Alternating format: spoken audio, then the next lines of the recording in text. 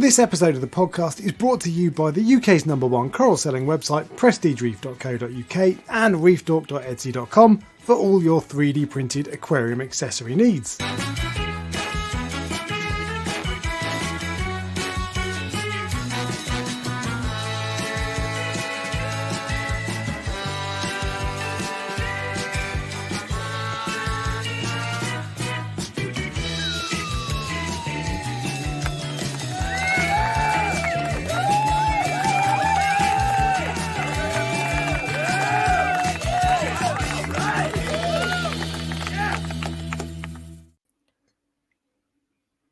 Where's Alex?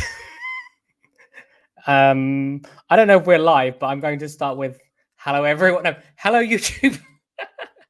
I'm a feeling that he's got disconnected. Oh, there you are. No, you said we can't hear you. You can't hear you. I can't hear you anyway.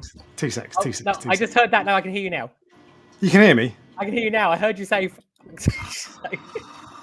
What's up, Premier League? My team got promoted today, so I was planning that for the last hour. Ryan, I need to, and my camera has changed. It's cropped because I changed. And you dropped an F-bomb at the start. Not good. Ryan.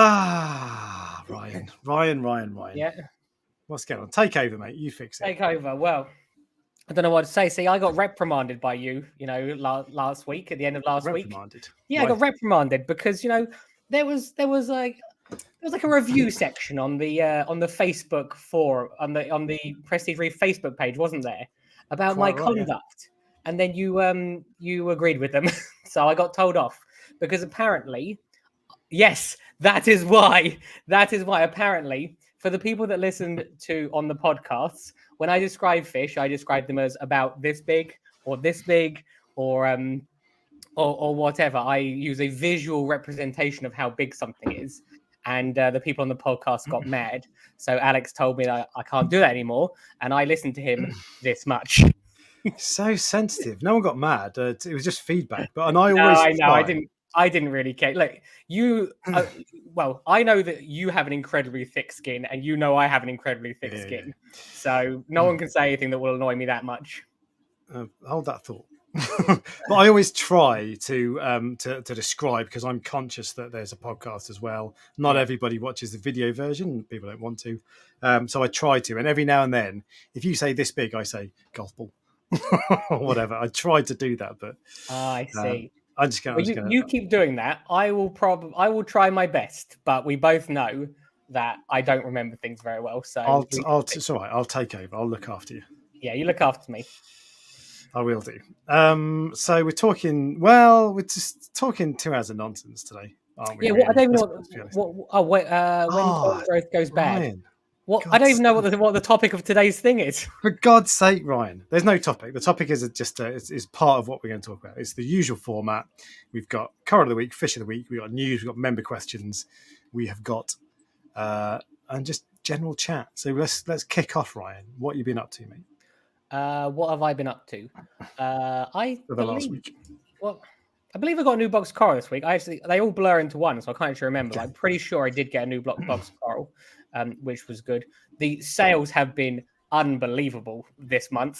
For whatever reason, people have all of a sudden remembered that they have a reef tank and gone, I'm going to go buy some coral. so that's good. I put out a video. That was exciting.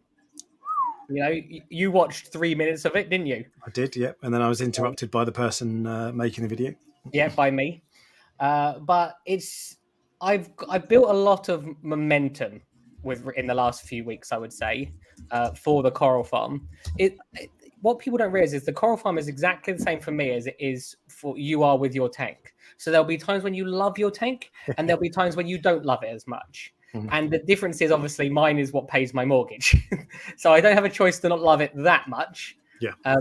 But yeah, it's I've got a huge amount of momentum at the moment. And so I think I put about 10 or 12 new corals on the website. I even took pictures of corals which I am growing out. So they're not on there yet. They're in out of stock. If you're about to look at the website, you're not going to be able to see the out of stock ones. Oh, well, I can see your out of stock page. Xenia's out of stock. How have you not got Xenia? That's probably because I've had like 5 people buy it today, and I've just not put it back in stock because I'm always putting it back in stock. But yeah, so I don't know. I'm interested. Do you? I suppose it's different for you because you've just got a brand new tank. But is the chat? Do they feel like different this month than they do last month? Have you got a new like revitalized feeling for your tank? I wonder if it's like industry wide or if it's just me specifically. So if you've got a new love of your tank, let me know. I think that the Coral Show, as I said last weekend, has given me a massive boost, and I think we need that. I do. I think we need to socialize with other people, which is obviously what our last live stream was about. For sure. And also to see how other people are doing things, because if you see someone else's tank and you think your tank's really good, and then you look at their tank and you go, wow, that tank is way better than mine. I want to be better. It forces you to be better if you want to be. Yeah. Because if you don't see something better, you assume that you're good enough. But there's always room to improve. I know it sounds cliche, but there genuinely is. So yeah, that's that. And in terms of like socializing with other reefers and that sort of stuff. So I've spoken to about half a dozen reefers today. Yeah. Just various things. So I sold a couple of things on Ultimate Reef. A few comments that I was going back and forwards on because people were asking sort of precise questions and that. And just everybody's been really friendly. And when you have that, which is what people are like almost all the time, when you have that, it's like it warms your heart. And it's just that's what the hobby is like most of the time. Yeah. So when they're at these shows, you're surrounded by people who are already happy and friendly people. They're also in a really good mood because they're going to this rare event and they're meeting dickheads like you know. Yeah. They're basically a select group of other fish weirdos is what I refer to them as. But as I said, I think on last week's stream, I would like to try to. Have you gone again? Yeah, I think you've gone again. This is like I'm not sure how I feel about this because oh, you're still here. I can't hear you, by the way. I know you said you're still here, but what was I saying? I can't remember what I was saying now. So one of the things that I've been focusing on this week is, like, as I said, the photography side of this.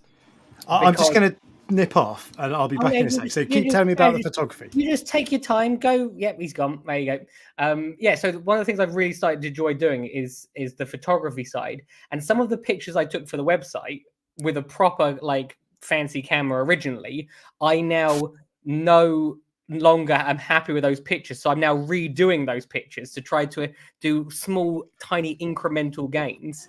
And I think photography as an extension of the hobby is actually really, really fun. 100%. Absolutely. Just don't go getting a YouTube channel and competing with me because I'm not sure how I feel about that. Yeah, you've stepped into my world with you're doing 3D printing now. Well, how many corals have you sold? None ever. None ever, exactly. No, none whatsoever. Don't sell corals. But yeah. So camera photography, sorry. It's great. I'm glad you're enjoying it. Yeah. I am enjoying. The problem is, as I said before, I have to relearn how to use the camera every time. But I'm now looking for corals just so I can play with the camera. I'm looking for corals which aren't available to sell yet. So, for example, Jay's Real Reef gave me a TNT and Acropora, and I have a picture of that, and that is on the website, even though it's out of stock, just because I wanted to take a picture of it. So, and but I'm actively going through things tray by tray now and going, right, is this on the website? If it's not on the website, I need to put it on there. And what's interesting, some of the things which I've had for months, I've had some like 3 toadstools for months, just never taken a picture of them, put them on there. They sold this weekend, all 3 of them. I have also got into inverts as well recently. So I put some, took some pictures, put them up there, some urchins. They also sold within like 4 hours. Free range urchins. Free range urchins, yes. So I've got a question. Why is that a crap photo and that's a good photo? I don't know. It's very hard to get a picture of blue things. I don't know why. Oh, that's not you. I thought you'd taken one with an iPhone or something. You bastard.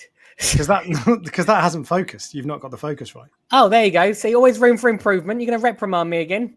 It's going in your review later, don't worry. You add it into the review, yeah. Yeah, I'll type it down. I actually don't mind that you do this because it makes me accountable.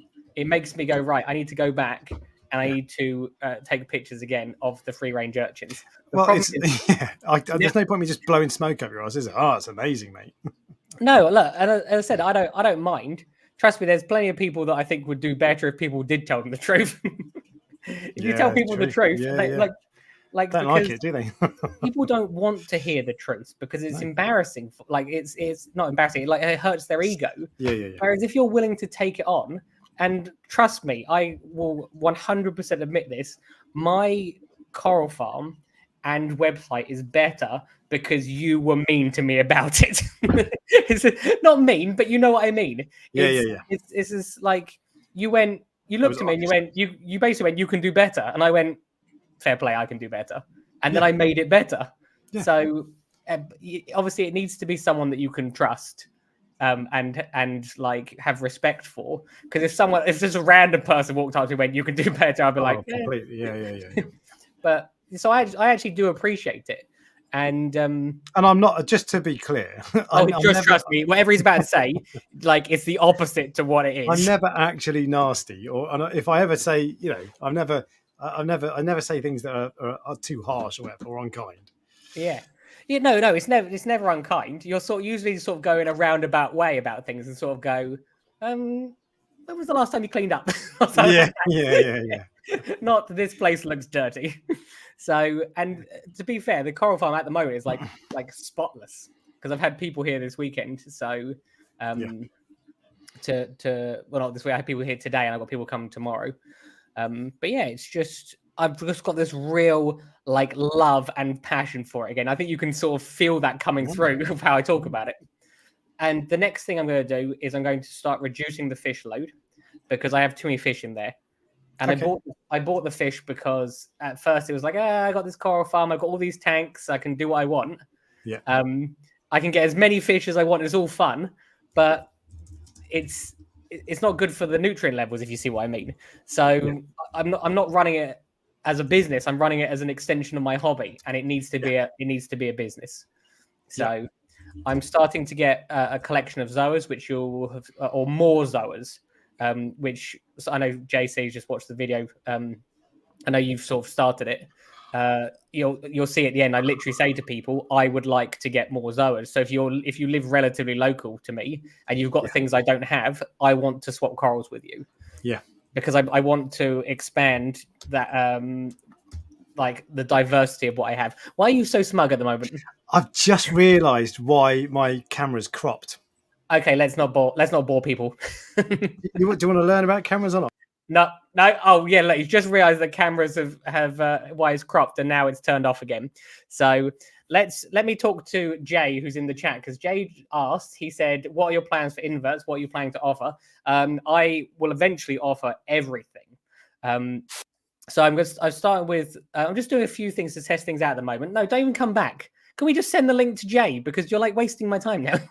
I've just realized. Do you know what? I'm actually gonna. I know why. So the reason that it's doing this is the same reason that it's cropped. It's because it's 4K 60, and when it's at 60 frames per second, it heats up too much. So it must be overheating because the battery is fine. Yeah. It's all plugged in. So I'm actually going to turn it off and sort that. Give me 2 secs. You talk about zoas. Go on. I'm not talking about zoas. He obviously wasn't even listening to me. Right. So as I said, Jay, I will eventually be offering everything. I just happened to have some urchins that came in an import box.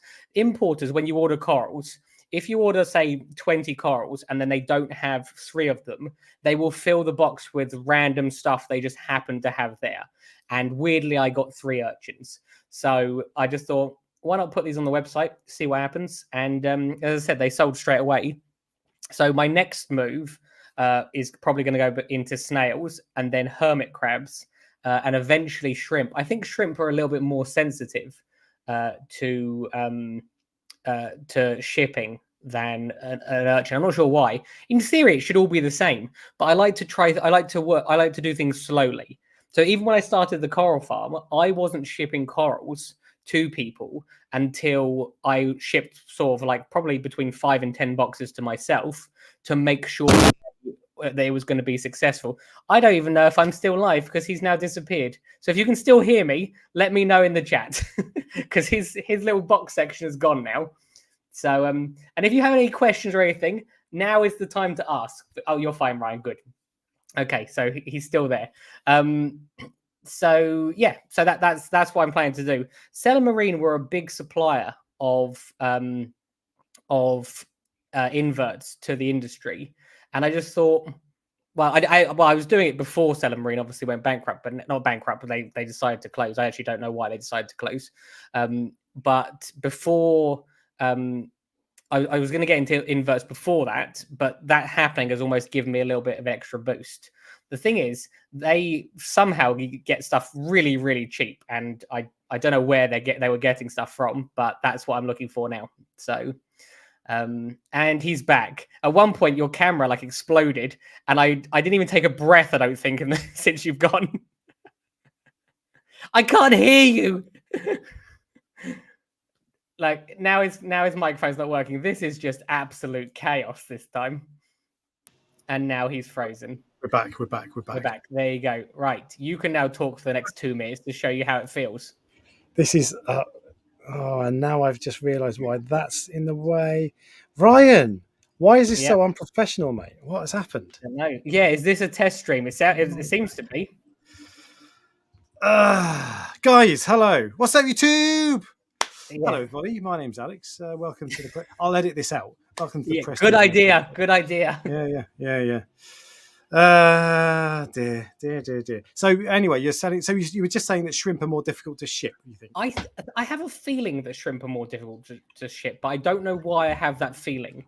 You know how you like have this belief, but I think it's because they move around a bit more. Like an urchin, if you just drop it, it doesn't nothing's going to happen to it. But Shamila just reminded me. Did I test the Chicani estuaries? I forgot about that. If I'm honest. Whereas shrimps are a little bit more delicate, aren't they?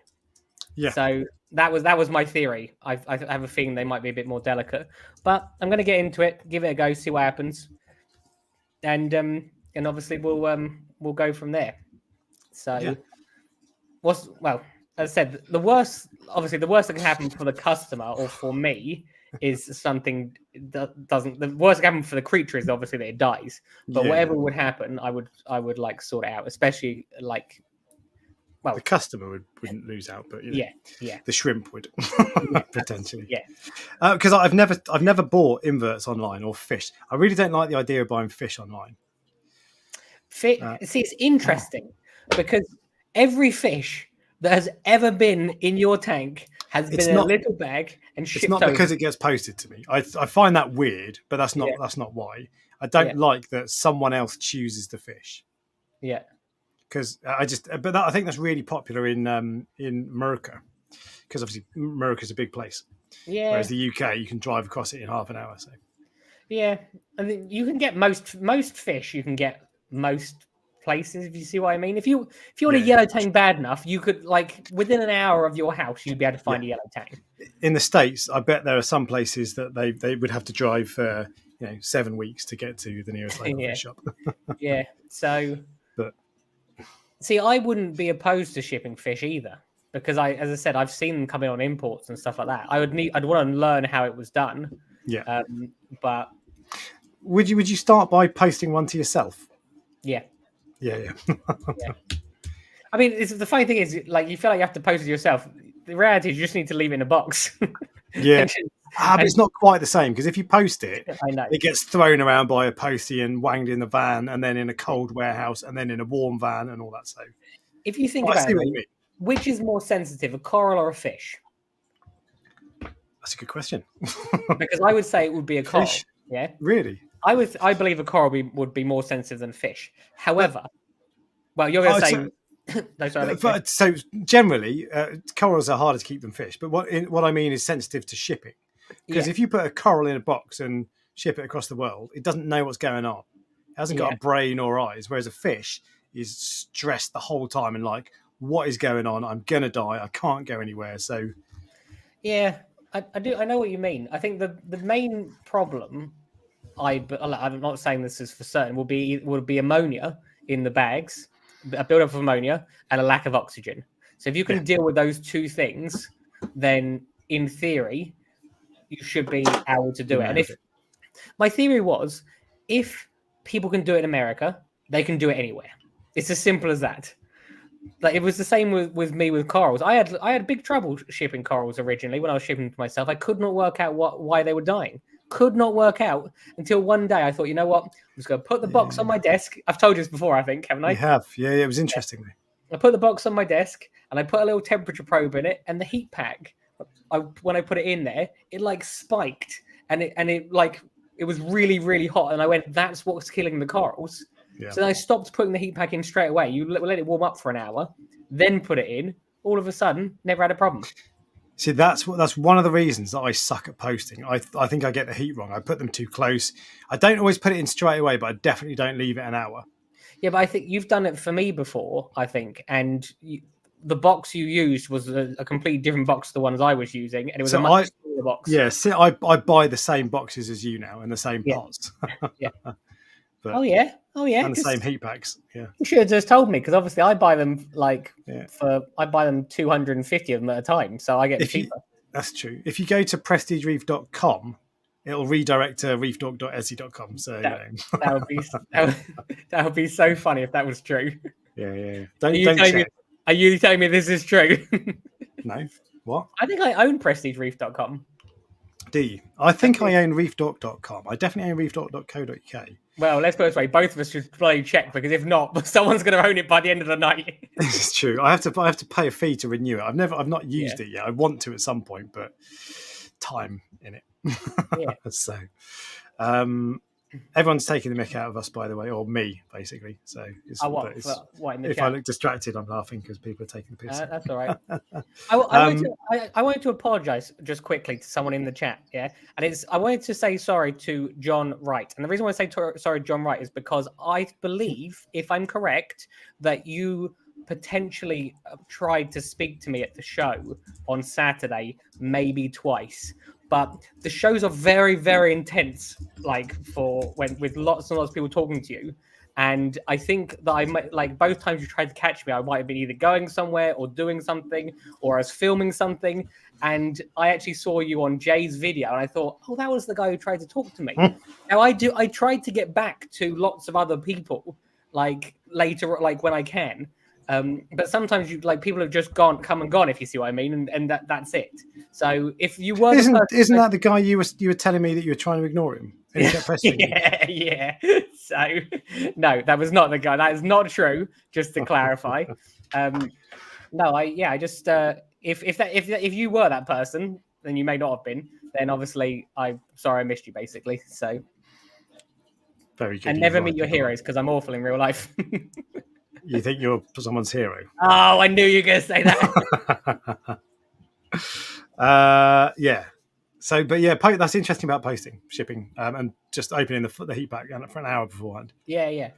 And once, as I said, once I'd mastered it, the only issue I ever get now with corals is if it's below 0 degrees. So I can ship, if it's 2 degrees, I can still ship corals and they're completely fine. If it or if it's when it's over 25, 26 degrees, because obviously when you're just in the back of the van, it's getting to 30 degrees and things like that. Yeah, that's when you start to have a bit more of a problem. And my theory would be exactly the same with fish. I'd probably order a fish online from someone else who sells them, and then just copy what they do and potentially put more oxygen in the bag or whatever. Yeah. Go double down. So I bought a fish from Abyss when I went up to do the video there, Abyss in Manchester. I bought a fish whilst I was there, and they packaged it up, not quite like they were going to post it to me, but basically the same way. Massive poly box, all this sort of stuff, load of water, and it was a long drive home basically. So, but I would order from them, is what I'm saying, because I think they're pretty good at it. They've been doing it a while. I've never actually ordered one online, but I think they do a good job. I like how you're saying this as if I'm now starting to ship fish to people. Yeah, I don't know why I'm thinking that, but yeah, because I'm not. Just to clarify, would I accept? See, people people, you don't like the idea of receiving a fish because you don't get to look at it yourself in advance, and you get to that like visual inspection. Someone else is choosing it. What if they choose one that's a dodge? Yeah, rubbish, or it's too small or too big, or I know what you mean. But the same thing can apply to coral. Like, you could order a coral from me, and if I was a dickhead, like I'd be like, "This is the aptasia you got, and this is the coral." Yeah. So, Ryan is making a finger size of a large aptasia and a small coral. Yeah. So, yes. Sorry. There you go. You got it. I got what you said. Yes. Yeah. So it's So why is it any different shipping accepting coral from people or accepting fish? True. I think to be fair, if like it, go on. I would say the risk with fish is far greater, in my opinion. Yeah. I think so. And I actually don't tend to buy corals online as a general rule. So like Signature Frags, I resisted buying corals from them for ages. Yeah. Because I was always like, I don't know. And eventually I went up to see them, and their photography was pretty accurate, to be fair. Bearing in mind it's all top down, so if you're looking through the glass, it's going to look different. But I was expecting it to be different. But when I got there, I was like, actually, I didn't need to be worried. It's all wicked. And I would now, having seen it, I would buy it from them. Same for you as well. And the other thing is, if you're buying a red Monty, you know what it's going to look like. If you're buying a barley green slime or a green torch or whatever, you know what it's going to look like. They're all roughly the same. So, but I take the point. I don't like buying corals online. Don't buy corals online, people. Yeah, no one buy corals. Thanks for that. Support your local fish shop. Yeah. That's true. Oh, I'm upsetting the sponsor. Yeah, true. Like, how do I randomly disappear like you've been doing all stream? I know. Yeah, set your camera wrong. True. Gaz's Reef has asked how did my £150 budget go? I put a video out today. You got to go watch it. I'm not going to tell you how it went. What I can tell you is a spoiler was that it didn't go well. Gaza, I would spoil that for you, but I only got 3 minutes in. Yeah. This is for an audience of 2. There were 2 people who commented on my last video. Yeah. James was one of them, who will be in the chat. The other one I can't remember. And said that the audio for my Friday video is in their left ear only because they had surround sound speakers. No one else was affected, really. Yeah. And I've just realised, I wonder if it was because of that setting that was messing up, that was making the camera overheat and all that. So that might be why. Never mind. 150 quid. Actually, do you know what? So I've seen 2 videos. I haven't seen your video yet on Love to Reef. I saw Moggsy's today. That was really good. Yeah. Jay's the other last week, I think. I don't think Fish Palace has done one. Has he done one? I can't remember. I didn't see him filming, I don't think. In fact, I hardly saw him at all. He was probably busy. Really busy. I think I might have bumped into him possibly twice during the show. Yeah, but I didn't see him filming. So I would assume he probably isn't making a video. He haven't got time. No, exactly. No, actually, that was the other one. So I saw Moggsy's today, and last week with Jay and Stefan, Yorkshire Reefer. Okay, he's really good. He's really good. He's like a proper YouTuber. He's good. Not like us. Not like us. No, not like me. I'm semi-proper. Not like you. I've just realised. Someone said you didn't mention the final total in your thing. That is true. I did not. I think it was like £270 I spent. Oh, it was him. There you go. That might be why. 270 quid. Okay. That's all right. Yeah. It's quite low, to be honest. Yeah. It's hard for me to find corals because I've got so money many bags like you. No, sure. It's hard for me to find new corals that I'm interested that I want to grow that fit in with the other corals I have. I have quite a specific criteria what I'm looking for now, which is why. So basically, if it's encrusting, pretty, and like not too expensive and grows fast, I'm like, yep, I'll have it. If it's like a fancy Aqua, I'm like, might die. Yeah. So why risk it when I could get something cheaper that will definitely survive? Yeah. I want to. Someone mentioned something in the chat a minute ago about the Aqua H or Aqua. Whoa. That's in the news. Okay, fine. Don't jump the gun. No, I don't know that. You never tell me anything, do you? No. Treat it like a mushroom. True. I'm not sure what that means, but keep you in the dark and feed you shit. Yeah, nice. Sorry, I'll let you go. But yeah, so what were you saying? You were saying about Love to Reef and loving to reef. basically that went down an absolute storm. I know we talked about this a lot last week, but I feel like there's been a couple more videos since then, and that seemed to have gone down an absolute storm. People loved it. Yeah, and it's a shame that it's only once a year. If I'll be honest, because Paul, pull your finger out. Paul, come on, we need it 2 times a year next weekend. This is Fish Palace, Paul. Just so for people who need reference. No, I just because in America, like you can go to one basically every month if you wanted to, because there's 4 Reefapaloozas and Macna. And there's 2 Aquashellas. So I bet there are a load of smaller ones as well. There are literally. When I was going to America a lot, you could literally look at there was like a page on like Reef to Reef or something that had every single show across the whole country, and it was literally like every single week. That's so good. It's like in a different location.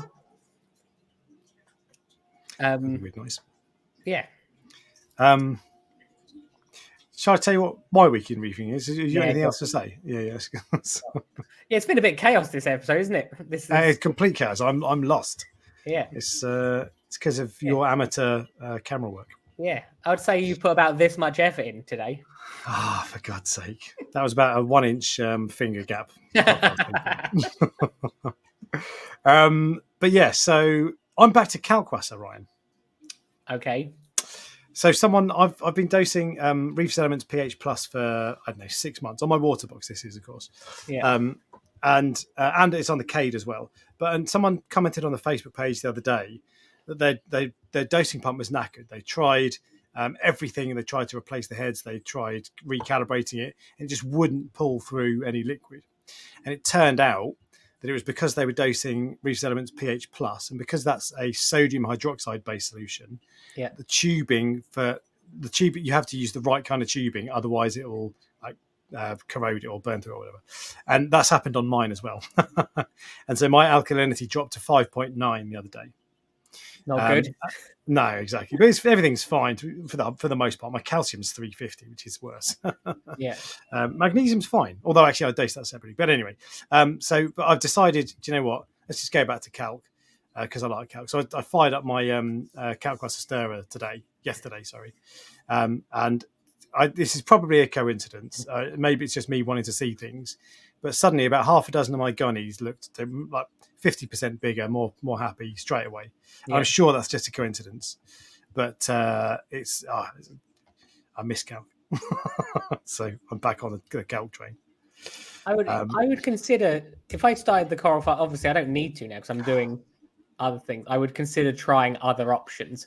Maybe eventually I will expand. There's no doubt about it, because like I'll just move house and get a bigger garage. But eventually I will expand. And before I did that, I probably would want to try to test out a few different techniques. The biggest problem with calc is that I can't just set it and forget it, can I? Don't you have to do something every week with it? Oh, well, I mean, if you get a Calquasa stirrer, can I get like a massive one? Yeah, you can get one big enough. Jamie's got one on his tank, and that's 9 foot by 5 foot by 3 foot. But how I don't know how often he has to like put. You know what I mean? I like to put stuff in it, and then 6 months later come back and go, oh, it's empty. Okay, so it's not 6 months, but you have to top up the powder in a Calquasa stirrer. Yeah, but not that often. And ideally, strip it down and clean it every couple of months. But you can get away without doing that. Yeah. But it is more maintenance for sure. And if you were doing it just without a Calquasa stirrer, you'd need a vat that really you're better off mixing a fresh batch every week. I was lazy and got away with it every month or so. Yeah. But for the best, to get the most out of it, you want to mix a fresh batch every week if you're doing it on your scale. But Calquasa stirrer is the answer. Much lower maintenance, less space as well. It's interesting how we know about what we know. So people, I don't know anything about calc stirrers because I've never used one, and I've never looked into it. I don't particularly care. So I've never. But people would assume I know everything, but it's just not true. Yeah. It's completely alien. So it's the same like Neptune Apex, for example. I've never had any Neptune stuff. Yeah. And I have no idea. I've seen photos of it. I've seen people talking about it. But I got no idea. I don't know how it works. And like, because we were talking about it the other week, and someone was saying, "Oh, you don't need to do code." And I was like, "Oh, right, do you? I don't know. What do you do then?" I got no idea. Don't have a clue. And Kalkwasser, you know what you do know is that you don't pour the powder straight in your tank. Yeah, yeah, I do know that. You learned that, so that was a harsh lesson I learned. Indeed. The other thing I've got going, so at the moment I drained my main tank, the Reef S850, yesterday. Drained it. Because I couldn't. I had two ways of draining it. Right, I could either get a bucket and scoop out 10 liters at a time or whatever, which was never going to work, or I could get a tube and put it from the tank, create a siphon, and drain it to my garden. And that's what I did. But the only tube I had long enough was a John Guest 1/4-inch tube. Yeah. So I set that up and left it, and it took 24 hours to drain the tank completely. That was just the tank, not the sump. So about 600 liters. But that's eventually that did drain, and now I've filled it up again today. It's actually the RODI filter is running now. Yeah. And I don't think it's going to overflow tonight whilst we're on the stream, but it might do when I get back. Probably not. Probably okay. But there's currently salt water in there. I poured an entire bucket of salt mix in there, and the display tank is more or less full. So there's salt water in the tank, which is great. And I reckon it's about 815 liters. 800, call it 800 liters, 200 gallons ish, US gallons. I reckon it's about 800 liters before displacement. So when is it going to be ready to go? So tomorrow I should be able to get the salinity up to 35 parts per thousand. Yeah. Then I turn the temperature on and move the rock in. I've got to rinse the sand. I've got 4 bags of sand to rinse. I've been putting that off because I just can't be asked. But I need to do that tomorrow because it won't be. What sand is it? ATI. Oh, so it's not like the live sand that comes in a bag. No. But I like to rinse sand, but you probably don't need to be fair. But why don't you just rinse it with just normal, like a hose, and then just use the last one with RO water? I'll rinse it with. I won't rinse it with RO water. I'll put it in. What I normally do is put it in a bucket, put it in the sink, turn the sink on, and turn the tap on, just so it's just tap water, and then I just churn it with my hand until it runs clear. It takes quite a while, to be fair. And I've got 4 massive bags of the stuff. So you should put it in a vat, or not a vat, or even in a bucket in the garden with a hose at the bottom, and then how's any different? I don't think I've got a vat, but anyway, I've got it. That's one way or the other. I've got to do that tomorrow, and then I will have rock, sand, salt water, everything in there, and I'll be able to put my new rock that's currently cooking in a vat, basically with a power head. So then I'll have all. Hopefully by the end of tomorrow, I will have started the cycle effectively because I've got the Red Sea cycle kit, so I'll put that in as well. I probably don't need to because I've got live rock effectively, but I like that. I did the same effect, different brand, but the same method with the Reef Castle, and I really like that way of cycling because you see an ammonia spike, so you know it comes and goes. Yeah. So tomorrow I'll be able to start the cycle basically, and I wouldn't be surprised if the ammonia registered for like a day or two and then disappeared because I've got a lot of live rock, so I can crack on. Actually, do you know what? I might back off a little bit because when I was rinsing the tank with RODI water, it doesn't trigger the reef mat. The reef mat doesn't work with fresh water; it only works with salt water. So it wasn't properly. So I might give it a few days or a week, maybe just to rinse through all the. Because there'll still be some stuff in there, so I might just leave it a week actually, and then start the cycle after that. Yeah, I'll have a think. I don't think it really matters to be honest, but it's close now. I'm taking my time. I know you don't think I am. Well, I'm taking too long. By this time, it will be a year soon. I know. But we're getting there, which is good. So someone else has had the same issue with the dosing, and mine's a refactory. It's the first generation refactory dosing pump. Been about 2 months. Yeah, I think mine's been longer. Actually, I'm dosing it on the Cade as well, and I'm using the Red Sea dosing pumps. They're fine so far, but I think that I might encounter a problem with that. So we'll see. I can't really put Kalkwasser on the Cade though. I don't think. Could do, but anyway. Hang on. We've got a sand rinsing tip. To rinse the sand, cut the 2 top corners of the bag, hose in one, turn it on, and come back in an hour. That's a pretty good idea, to be fair. The only thing with using a hose, my garden hose, whenever you turn it on, soap comes out of it, because I don't know if it's because I wash my car with it. What are you doing with the garden hose? I don't get it because the soap, the stuff I wash the car with, the hose connects to a pressure washer, so there should be no soap going back the hose. But every time I turn the hose on, soap comes out, and I'm like, that's weird. Yeah, man, I don't like the idea of the soap in there, so I'll just rinse. I'll just do it the hard way. Yeah. Anyway, first world problems. True. You'll get there. I'll get there eventually. I'm just waiting for the ugly stage to start. That's the only thing. That's the only thing I'm interested in, to see if you get through it smoothly or not. I might not get an ugly stage, but that's what I'm wondering. I probably will, but I haven't. I've avoided the ugly stage a few times when I've set up tanks recently, and I'm semi-confident that I'll do so with this, because I won't be running the lights high. Yeah. The plan is to run them low. I've not done a par test yet, but I think the lights will probably be on 10%, and it will be like the par will be a peak of 150. Yeah, maybe a tiny bit more. So it's not like SPS tank. You whack the lights up really high and everything goes crazy. So I don't know. That's probably famous last words. I look forward to finding out. Do people usually rinse items going into their systems with tap water? I only use RADI. I even have a small dishwasher that runs RADI only. I may be an odd one though. For whatever reason, I rinse everything with RADI water as a general rule. Sand is different, but everything. Is it necessary? Probably not. Almost certainly not. Because if you rinse something off and then shake it dry or whatever, the amount of tap water that's left on there is minuscule. It doesn't matter. And so it'll be a drop in the ocean. But RADI water, you've always got it on hand, so why not use it? True. It's silly, but I'm with you. I do the same. See,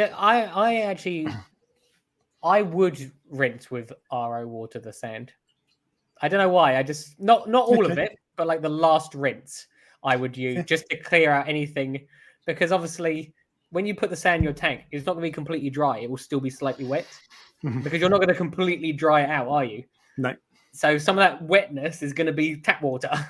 True. And the worst case scenario. But that's the thing. Worst case scenario, I will have, let's say, a litre of tap water in the tank. It won't be that much, but a litre, 800 whatever. 800, let's call it 800 litres versus 1 litre. Yeah. You do the maths. What's that as a percentage? I don't know. You're only saying you do the maths because you can't work out. Exactly. Not much. So it's and I'm going to run the filter for a week or two or whatever. So if there was any, it's not going to be a problem. But anyway, it's just, why not use RODI? It's one of those things that just like you might as well, or that's the way I look at it. And the other thing I need to talk about is GSP. So fragging. Yeah. When coral growth goes bad, Ryan. Okay. Oh yeah, that's what we're meant to talk about. Yeah. So I've got I was just trying to think of a thumbnail basically for the stream the other day, and I was looking at the Cade, and you can see it there. It's bloody massive, the GSP. Yeah. It's half the tank. And I was looking at the Cade and I was like, that GSP is crazy. And it started to attach onto 2 rocks as well. Yeah. So it's on its isolated island, but it's spreading across the sandbed and it's touching rocks. So what I need to do is pull it out, rip it off those rocks, or peel it off those rocks carefully so it doesn't leave anything behind, and then frag it all back completely. But the thing is, with a coral like that grows fast, what do you do with it? Because for a start, 6 months' time, I'm going to be in the same position. True. But also, the only thing that's good with that is I'll be able to frag it up into bits and put it on frag plugs. But that's actually a really nice GSP. Not all GSPs are that bright or that long tentacles or whatever. That's a nice one. And because people see it on YouTube or whatever, I might be able to sell it more easily. I'm not going to be selling it for much money, by the way. Yeah. But nonetheless, selling a GSP is difficult. And there's only so many people who are going to want to buy a frag. And someone suggested give it away to your subscribers. Giving stuff away is really hard work. Something like that. If I was to give away 30, people change their minds and then they don't get back to you, and so it just becomes too difficult. Not worth the hassle. So I'd have to sell it. But my plans are to sell a few pieces online, and because it's GSP, I'll post it. I've got no problem posting it. It'll be fine. Yeah. So sell a few pieces, sell as much as I can do. try my local fish shops and see if they'll buy frags, because they don't always have GSP knocking around. So, But if it's not in stock, then that's the thing. It's something that will usually, like in a shop, it will usually sell. Exactly. But the chances are, if I went to 3 fish shops, 1 or 2 of them might say, no, mate, with GSP, you're taking the mick. Yeah. And if I get to the point where I sell 2 frags online, a shop takes 1 frag and I've got 10 left. Yeah. What can you do? I can either put them in there and try to keep selling them, and then in the meantime, they're growing out and taking over the world themselves. Or does there come a time when you give it to Ryan? If I can't sell it, I can't take it to my local fish shop, and I can't give it away, because there are times when I'll try to give it away. If you can't do all of that, and I can't, and you've said you've had enough. Yeah. What do you do? Well, some people put them in the bin, and by some people I mean, it's Alex holds up a bin. Yes. See, I actually would take some of that from you. I genuinely would. I'm like, I didn't. Yeah, I would. Buy? No, as in, I'd cheeky bastard. No. Look. This is famous GSP. No, when I say take, I mean selling it. But it's because I actually have a shortage of it at the moment. So I've sold a lot of my. Did that one come from me originally? No, this was from Reef Keeper. Okay, because I've got a really I've got 2. One of them is like really bright, and it sells so well that I've got a shortage of it, and I think it's similar to that one. I might have even got it from you. I don't remember. So I would definitely take it. I seem to be the place where you sort of like dump all your corals you don't want anymore. In which case, I'll sell you like on a 1-inch frag plug, 30 quid a frag. And are you going to sign them and say, "Oh, look, Les says I can take his GSP." There you go. So there you go. No. Hang on. You valued yours. How do you block the moderator? Where's the block? You block Les, yeah. No, so okay, well that'll be handy, to be fair. But really, the point I'm getting at is there's no magic solution. Yeah. Because it's, especially in a tank like that, if I were to try to hang on to 10 frags and sell them or give them away over the course of a couple of months, and there's a limited number of people who would buy and take them for free. Yeah. There's a limited number of shops that would take them. If you put them in a small tank, you don't really want frag racks. Big tank, they're bad enough, but a small tank like that, and I don't have room in the sump to set up a frag tank. So there gets a point when you've got no alternative but to bin it. So is this I will tell. Is there any specific corals that you have binned in the past out of interest? Oh, Tropic Thunder all day long, mate. There you go. But to be fair, I don't think I'm going to have to with GSP. I should say. There's only one coral which I have that once a year I fill a big bag of it up, a big bag, and I put it in the bin. Only one coral. Does it pulse? It does pulse. Pulsing Xenia. And what I do, so the pulsing Xenia lives in like a plastic tray. And what I allow it to grow over the rack and then up the sides. And as soon as it comes over the sides, I'm like, right, once a year, cut it all back down to the rack. So I've still got it growing, but anything that's not useful anymore and isn't ever going to go on a frag plug, that is usually what gets cut out. And I usually, once a year, I do a big post of me holding a bag of Xenia. And everyone goes, don't throw away. But there's 1,000 frags in there. I'd never be able to get rid of it. Yeah, it's a shame. There's someone asking a question, actually. Well, that's the wrong one. Ty Fairclough says, are there fish that eat GSP? Would folks not take it as live food? You might get like a butterfly fish or an angelfish maybe that eats GSP, like a raccoon butterfly, maybe. Yeah. I've never heard of it. But the trouble is, if you had any fish that did, it's going to eat everything. It's going to eat stuff before it eats GSP. So I'd be surprised. I've never heard of a fish that eats GSP. There probably is one out there. But you'd have to... Like the ones that eat corals will probably eat soft corals. Yeah, but you'd have to find it, and you don't want that in your tank, so you'd have to find someone who's got it, and then, it's like... Yeah. I don't know. It's an option, I suppose, but the thing is, it's never going to stay. It's not going to be like the fish... like keeps it pruned and you get the GSP and the fish. It's either you put the GSP in and the fish will annihilate it immediately, probably.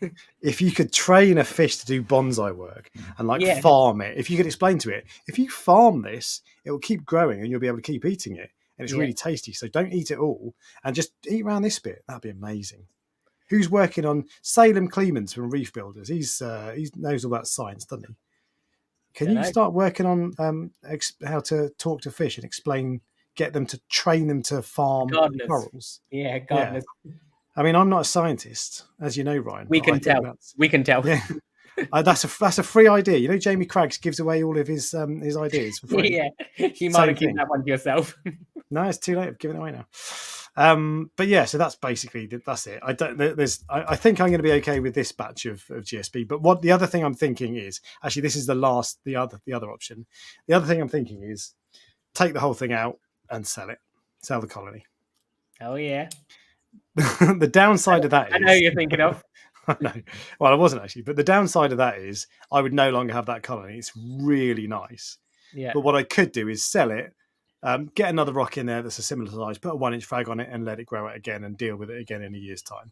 If I were you, I would literally take it out, cut away all the loose bits that's grown off the sand, and then put it back in, and then again in a year's time, or not a year, probably a month's time, when another inch is grown back, just cut it again. I think that's realistic what I'm going to do, and this will be with a pair of scissors. So I think that's what I'm going to do, to be honest with that. But that's the Xenia is the only coral that I do it to, because if you cut it, you can't stick it down onto a frag plug either. It doesn't. I actually hate soft corals from a fragging perspective, because they're a pain in the ass to work with. So any LPS, any SPS, easy. Well, not any. Some LPS will let go of the chalices if we'll let go of the plug.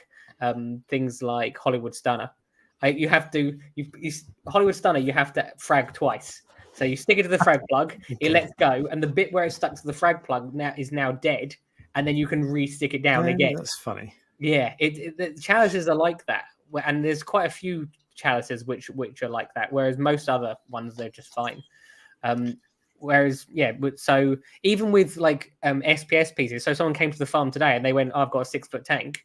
They're probably listening because they said they were going to. I want some bigger pieces, and I went, go to town. Just tell me what you want and how much you want to spend, and then you can have some big bits. So you can always sell most corals. You can't always sell Xenia. No, okay, fair enough. But with GSP, does it? So the last time I took a frag out of that a while ago and put it in the reef casser, but I just cut it off and just threw it in the tank basically. Yeah. Does it stick to frag plugs? No. What it will stick to, it will have grown onto sand, and the sand will be stuck to it, and then you can stick the sand to the frag plugs. Right, and I've got quite gravelly kind of sand, quite coarse sand. Yeah. So it should be fine. You only need a little tiny, a couple of grains of sand, and that's enough because the glue's so strong. But generally speaking, you can't. Most soft corals, you can't just. They're even more annoying because they'll stick for 2 days, and you're like, yes, I've got this, only to then come off 2 days later. Yeah. All right.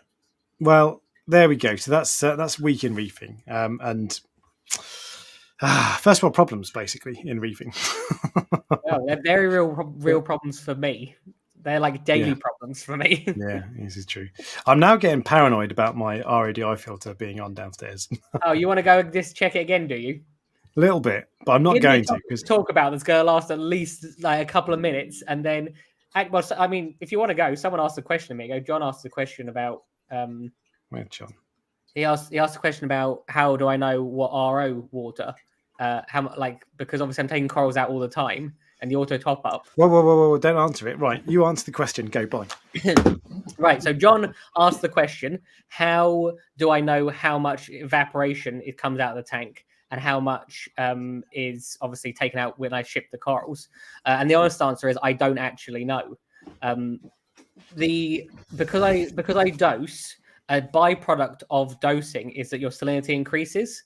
So the corals that come out just get topped up with evaporation, and that sort of just roughly keeps it at the correct level. And then once a week I will check the salinity and I will adjust it then. But it's usually too high rather than not too high. It's usually 1.027 rather than 1.026 rather than too low. So, and then it's easy. You just obviously put more RO water in, and then that's it. But I never test my water. If I test my water and my salinity is too high, I stop then, and I do not test anything else until I've adjusted my salinity down to the correct level, and then I test it. Because otherwise, every single reading of yours is going to be out. Well, you weren't listening, were you? So you don't know what I'm talking about. I know that salinity affects everything. So I know that's what you were talking about. I think I kind of get the gist of what you're talking about. Yeah. And with salinity going up because of your dosing, I've had that. Yes. Yeah. So and obviously with the corals going out and the auto top up kicking in, it keeps it at the correct level. Is what I was saying. If you dose calquasa, your salinity doesn't increase because it's a freshwater solution. Yes, I know, but I don't get to fill up a bucket once every 6 months and then just ignore it. So. How about if I come down every weekend and change your deal? Deal. How long do I get to sign you up for that? Will you do any other maintenance for me while you're here? No, just that. Do you know how much money I charge to as a calquasa top up fee? Oh wow! There was no agreement with regards to. Too late. You said deal. Sorry. No. The tank was fine, by the way. I've got loads of. It's not even filled up the display tank yet. You just have a lot of anxiety, don't you? It was never going to be the case, but I just thought, what if I go downstairs and it's just been pouring out? Because so the last time I filled up the tank with the RO filter, it was quite slow. It took 2 days. This time, because now it's warmer than it was a month ago, or whatever, it's going quick. Yeah. So if you take your eye off the ball with that, it's going to push out some water. But zoa question, Ryan. What's the hardest zoa to keep? I don't keep enough zoas to know the answer to that question. I'll always be honest with you and just say I genuinely don't know. Although I did have some that melted, which were they're known for melting. They're like the zoa poster child for melting, and I can't remember what they're called. So it's probably not a good place to start. So there are some that are really expensive. It was one of those ones. I can't remember. I've never kept any zoas that are really difficult. Is it Grandmaster Krakatoa? It was something Krakatoas. Yes, I think you're right. Yeah, whatever. But they're still expensive. Most zoas get cheaper over time. They're still expensive because they're difficult to keep, and I think more to the point, difficult to frag. Because when you frag them, they just all melt. It might not be GMKs, but it's something like that. Yeah. But to some extent, speckle cracks. That's what they were. Speckle cracks. Okay. Yes. And to some extent, that's a good thing because it's a good thing if you can grow them successfully because it means that other people can't, with things like digitata, doesn't matter because everyone can grow it relatively, well, not everyone, but people have it's a lot easier for people to grow than something that melts. Stratosphere is coming through as well. Yeah. Yeah. In the chat, any really difficult to zoa keeps, guys, to keep, let us know. I'll keep a list of things to stay away from. Yeah. Ryan, are you still using the Reefbot or has it crapped out with an error and been abandoned? No, it's not. It hasn't. Are you still using it? Yeah. Yeah. Okay. I just wondered why that is that something that is known for them happening. Is what I wonder. I think it's just banter, but you take a water sample over to it, don't you? Yeah, but it's easier than actually just doing the water sample yourself. I use it to check. So I don't use it to check the coral farm at the moment. I'm using it to check the water box tank because the parameters in that it doesn't particularly matter at the moment. There's nothing in there. So, but I'm just look. There's loads of coralline algae growing, so the parameters are dropping, and I just don't want to get to the stage where I can put corals and fish in, and then for the parameters to be all over the place. So I'm using that to test those, and I do that at the same time when I'm testing the other ones manually. So I did an ICP test, didn't I, this week? I did one with Reef's Elements and one with TMC, which was interesting because you do get slightly different results, don't you? Yeah, this is why I hate ICP tests because of that. but you don't know which one's right, if you see what I mean. Or if they're both wrong. I mean, most of them were pretty much exactly the same. And to be fair, they did also go with the manual testing I was doing. But there was one thing where one of them said manganese was really high and one of them said manganese was really low. And I was like, am I meant to be dosing it or am I meant to be not dosing it? So do you know what I did? I did a water change. Because then it will definitely just correct it. Not correct it, but we'll do something if you see what I mean. Yeah. Well, it will correct it because water change will be the correct levels. Well, in theory. But it can only correct. Well, actually, interestingly, on the Reef's Elements one, it said if you have high manganese, then it says, did you just do a water change? Because when you just do a water change, it can happen that you get high manganese levels, and it usually like precipitates out or gets used up really quickly. Do you know what the actual solution to, if you've got high manganese, there's a good way of getting rid of it? No. Put more gonnies in. Oh, true. Interestingly, so the reason I was dosing manganese was, firstly, I was told on the live stream that you cannot overdose manganese, which is absolute rubbish. Because when I sent Alex my ICP test, and it said I've got high manganese levels, and Alex just went, hold my beer or something, didn't you? Like you said that basically someone had challenged me to see if I could get high manganese levels. Yeah, I can't remember what I was saying, but yeah. It was something like that. And I just thought, yeah, it's funny. But I don't actually know if it's a problem because, as I said, the other tests came back saying they were low. So I was going to do this bit on the news, but I'm going to talk about it now instead because you've raised the ICP test. Yeah. This is a screenshot. Why is that not? Add to stage. Oh, there we go. Heaven's sake. This is a screenshot of your this is the Tropic Marine one, TMC one, sorry. This is TMC one, yes. This is the new TMC ICP. Yeah. And it's done by ICP Analysis in the States. First things first, we were suggesting that it was going to be very expensive. It's not, it's cheap. 35 quid? Was it 30 quid? Something like that, yeah. Not a lot for ICP MS, which is a special one, not OES. There's actually two types. So one of them does like 13 elements, and the other one does like. We'll come back onto that. More.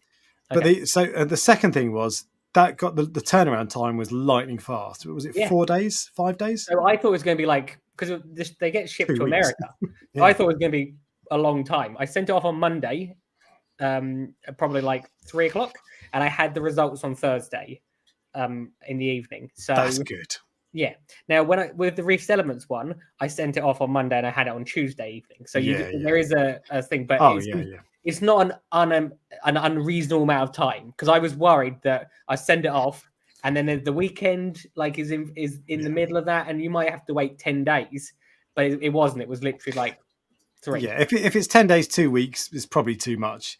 3 or 4 days, less than a week, that's totally fine. Yeah, a day is amazing. I can't believe Reef Elements do that, and it's all the time. 24 hours are really good. But anyway, so that was the other thing, was that it's turnaround time, and this is early days. So wait till they've sold 1 million, or I don't know, maybe things change, but impressive nonetheless. If they can keep that up, great.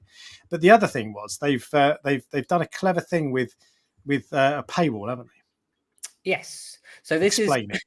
So there's 2 types of the TMC test. One of them is cheaper than the other one. One of them tests, I think it's 13 parameters. But what it does is it sends you the results and it shows you the other parameters that if you want to pay for, you can pay for without sending off another test. Which to some extent, like the thing I do like about it is that it actually shows you. If you like bring that back up, it's not. It doesn't come up saying there's something wrong, like pay me more money.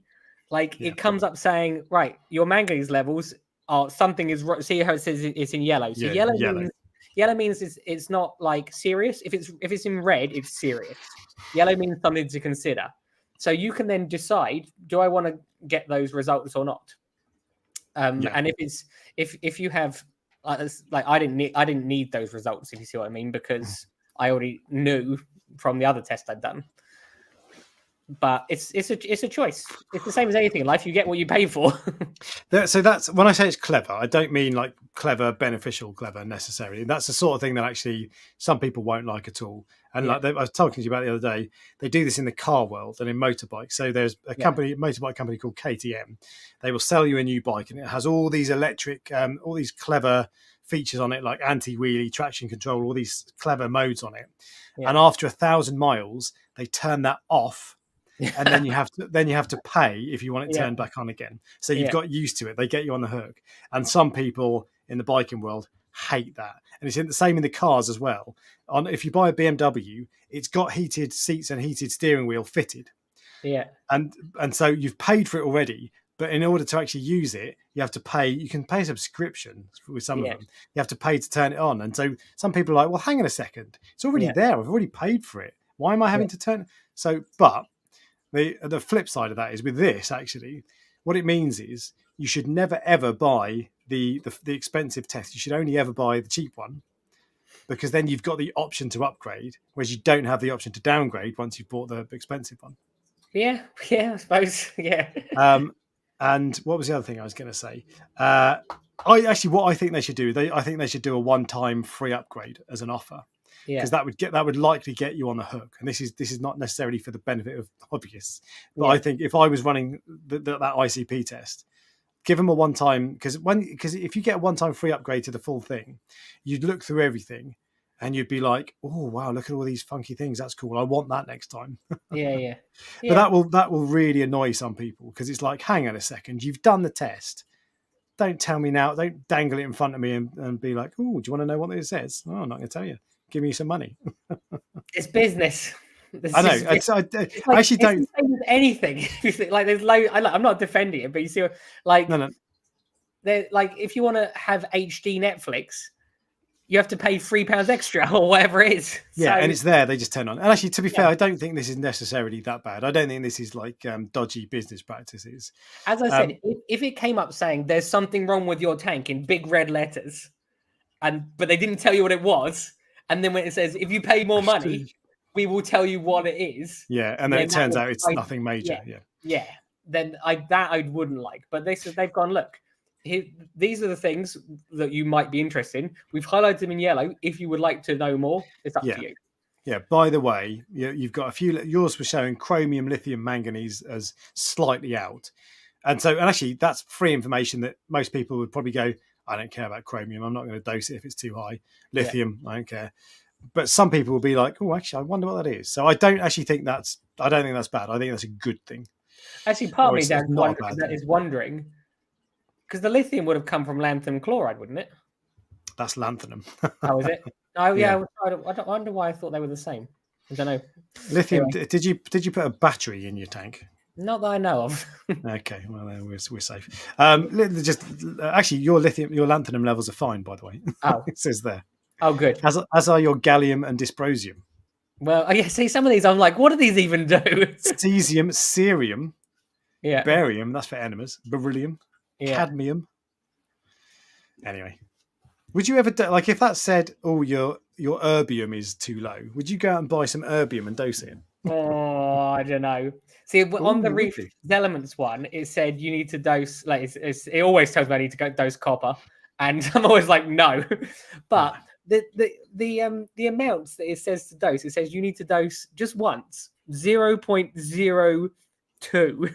Of a milligram or something of a milliliter. Sorry, I'm like, that's got to be the tiniest possible amount. Sitting there with a syringe and a magnifying glass and a set of scales. Like, hang on a second. I'm just like, oh, and if I dosed it, is it just gonna be used up immediately? So it doesn't matter. I am considering changing the method of doing the tank where I start. If I was doing ICP tests regularly, So strontium is something that I actually do. I do increase when I get an ICP test. The problem is you have to put loads of it in. Yeah. So especially with 4,000 liters of water, you have to put loads of it in. But what's the point in having an ICP test done regularly if you're not adjusting some of the minor things? Yeah. Well, because fair point. You might find that I like to know if there's poisonous stuff in there. Yeah, but what I'm saying is I might start doing weekly tests on the tanks. So rather than doing them myself on a Monday, I just get Reef's Elements to do them for me. And and we'll just see if it works. I'm going to run a poll, by the way. Okay. So I want to know what you guys in the chat, and if you're watching afterwards, just comment because you won't be able to do the poll, I think. What you guys think about this. So putting this behind a paywall. So they've already done the test and they charge you to do it. Bearing in mind, you're not actually losing out because you've paid the price for what you wanted to get anyway. Do you think that is a good thing because it means that you have the option to upgrade straight away? Or are you indifferent to it? Or do you think it's a bad thing because it's taking the mick and they're charging you for something they've already done?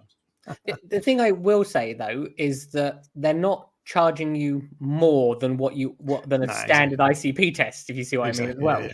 So it actually gives you the option to have a cheaper test done and still know half the information.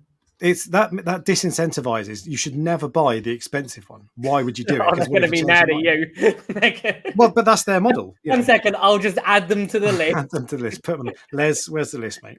Yeah, it's not a list anymore. It's a scroll. I like. It rolls across the floor. Yeah. For the people on the podcast, I just did a motion of a scroll rolling across the floor.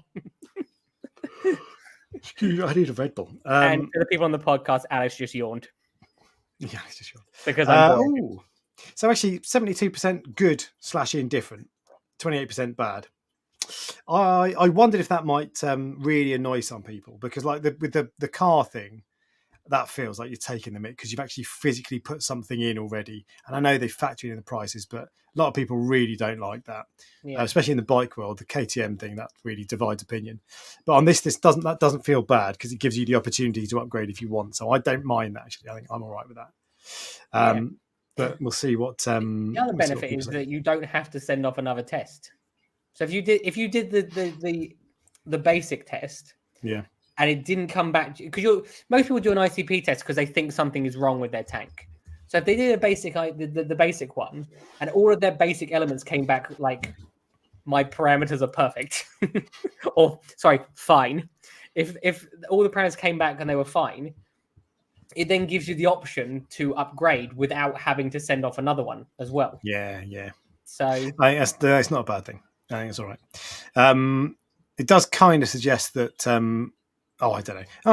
I don't really care about this. All right, so we're going to move on now to member questions because we're running behind a little bit. Are we running behind that? We've got loads. How can we be running behind? I didn't know there was an actual schedule to this. It's not really a schedule, but I don't think we are running behind. We're fine. Right. Number one is from Slaz1969, who says, "With excess coral, give it to your subscribers." And to be fair, I would actually be up for that. I wouldn't ever do a, hey, look, if you want some GSP, let me know, because I'd get 1,000 people message me. 700 would delay for weeks and then change their mind and all this. And if 100 people turned up at my house, I wouldn't want that. But so I would be up for that. If there's people local to me, and if you know me, if you bought corals off me before in particular, then give me a shout on Ultimate Reef and you can have a piece. If I get 100 requests to that, it might be different. But if there's a couple of people, totally fine. Everyone's going to get one polyp. Yeah. I'm not going to go posting it, to be fair, I don't think. But anyway, the next one was from Bish Bash Ash. You commented on the stream at the start. I don't normally catch that, but I did catch it. I've copied and pasted it. But make sure you put member questions on the comment of the community section rather than the live stream chat, because the live stream chat deletes it before the live stream starts. So I'll come back onto yours. I like Weird Fish says, I put my excess GSP in my fish only with live rock tank. Ooh. Fowler tank had a disease outbreak. Oh yeah, this was interesting. So he had a disease outbreak in his fish only tank. So he added copper to 2.5 parts per million, which is the level you were, higher than your level, I think, actually. 2.5 is what I was doing. Okay, I thought you were 2.2. Anyway, whatever. That's a high level of copper. He said the GSP retracted completely, and he presumed it was dead. He removed as much of the copper as he could after a month. A month after that, guess what re-emerged? I think I've bred a strain of super GSP. It's unkillable. So that shows how tough soft corals, and in particular GSP, are. That's impressive. That was interesting. Thanks for it wasn't a question as such, but Bish Bash Ash, he said, how about what corals complement each other, shape, color, texture, etc. I see this a lot in freshwater side of things. There are go-to plants that play off each other that I've seen across tanks. I think we've done that before. I think we've talked about that before in the live. We've definitely spoken about the color wheel and the different colors. I don't know about corals specifically. Because I'll give you a couple of examples. So in my cade, I hate how that cade is really bright, actually, the corals. It doesn't show up on the camera apart from the Colostrata, the trumpet coral. But I've got a Jack-o'-lantern Leptoceris that's next to a purple. It's either a Favia or a Favites or something like that. But orange and purple look wicked next to each other. And what else? Oh, I've got a bloody sound panel in front of my water box, so I can't see it. Red and green look really good next to each other. So I've got a red and green gunny next to each other. They look wicked. Yellow, pink, purple look good. But I think we've done that before. And then the other thing he says was, I really like a nice pointy Seriatopora backdropped against the thick branch stylo. They really set each other off. Not thought about that before. I like styling. Yeah. Cat's paw coral. Yeah. Alex, do you still have the bling bling Cyphastria now? I sold it, or I think I sold it ages ago. Long time. Don't you worry, Gary. I know a guy who's got some. Have you got it on? Have you got it on the website? I should be. Let me double check. I sold some. Should yesterday. Be. I sold some yesterday. So if it's Have you got it? You got it down as LPS, yeah. Yeah. It is an LPS. Yeah. I'm going to put Pulsing Xenia back in stock as well. Or if you want some Pulsing Xenia, just hang out near my bins. You might find yeah, like a raccoon. I kind of think of Cyphastria as an SPS coral. No. I think you should treat it like an LPS, lower light and all that sort of stuff. But because it encrusts like a Sunset Monty, or you get the branching one that branches like an Aqua. I kind of think of it as an SPS, but I think it probably is LPS because the polyps are not long, are they? No. But anyway, whatever.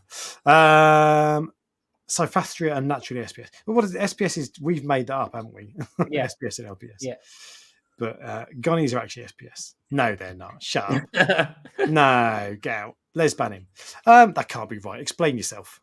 That can't be right. That's definitely not right. No, long polyps. He says, yep. Explain yourself. He's typing away furiously. He's like, I am.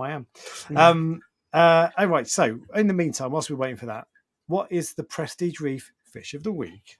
Okay, so the fish of the week I have picked this week. I've actually owned one of these fish myself. It is a magnificent foxface. It is magnificent. People say that this is the best of the fox faces, but I'm not sure. I mean, it's got 3 colors to it. No, 4 colors, isn't it? Yeah, 4 colors to it.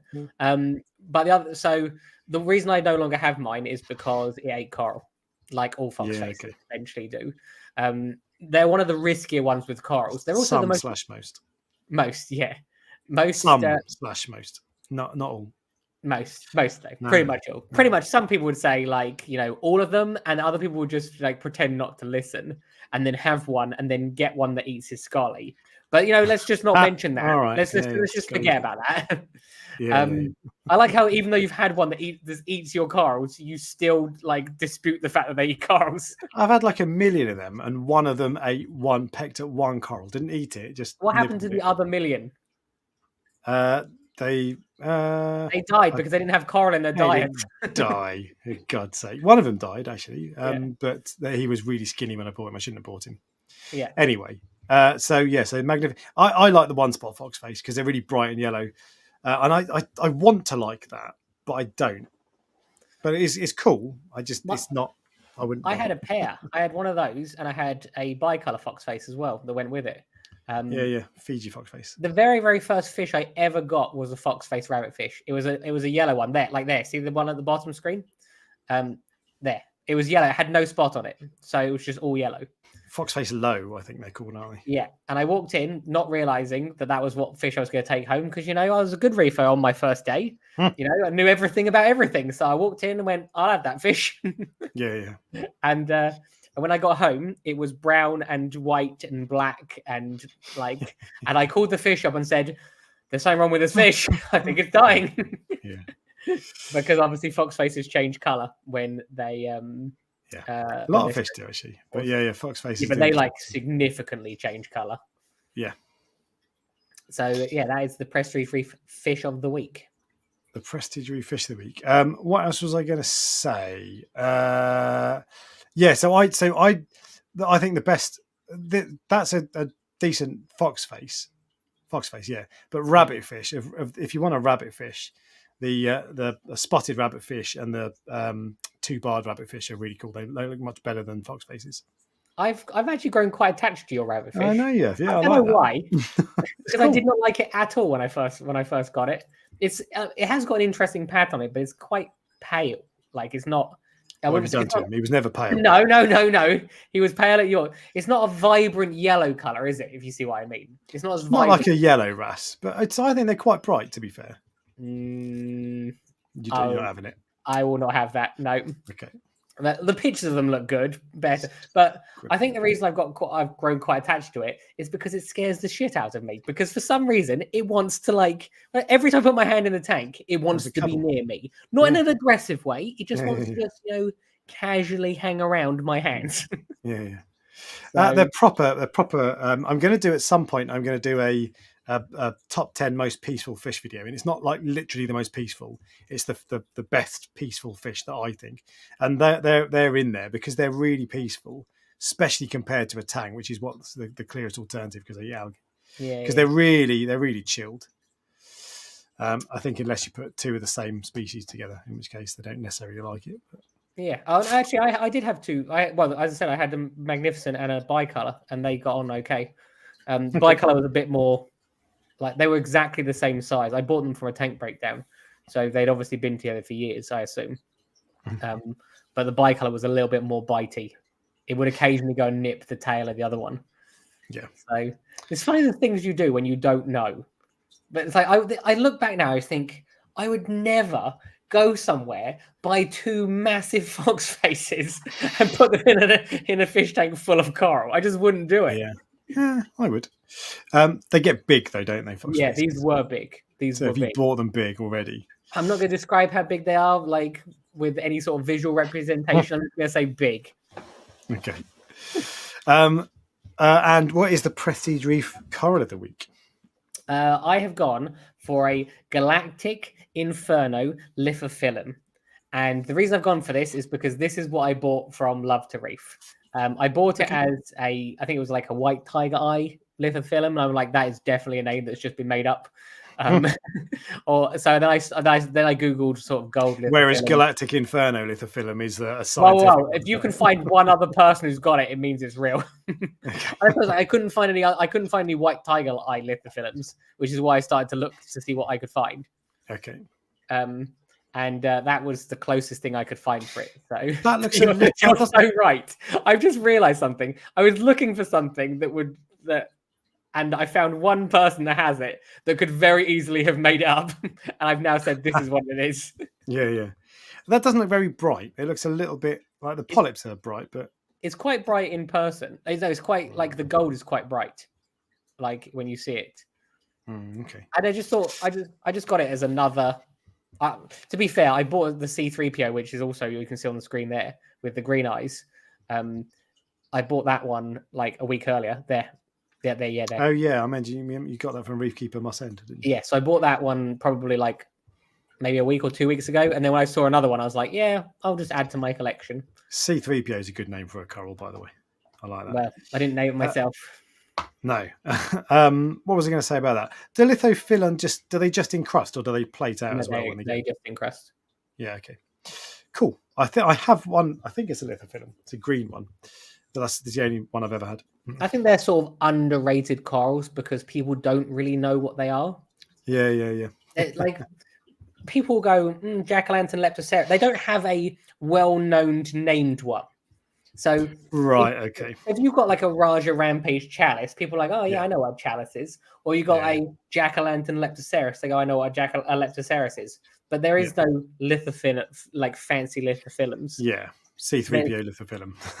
There's even with things like Samacora, suppose you get watermelon, freak hair. That's Pavonia. Freak hair Pavonia, yeah, is what I was thinking. So it's hard to but they're just as easy as any of the other ones. So, but people go, oh no, I don't want to lithophyllum. I don't know what the care requirements are. But in my tank, they all grow together. So why does it matter? Fair enough. So that's the Prestige Reef Fish and Coral of the week. Yeah. Anything else you want to say about? So lithophyllums are easy, basically, is what you're saying. I find them really easy to keep. I find them really easy. You're so annoying. That's right. Make fun. I'm trying to say to people, look, don't worry about it. You'll be fine, and you're making fun of me. So yeah, completely. That's what I do. Yeah. See, one of us helps the hobby, one of us hinders it. Beaky chastard. Right, news.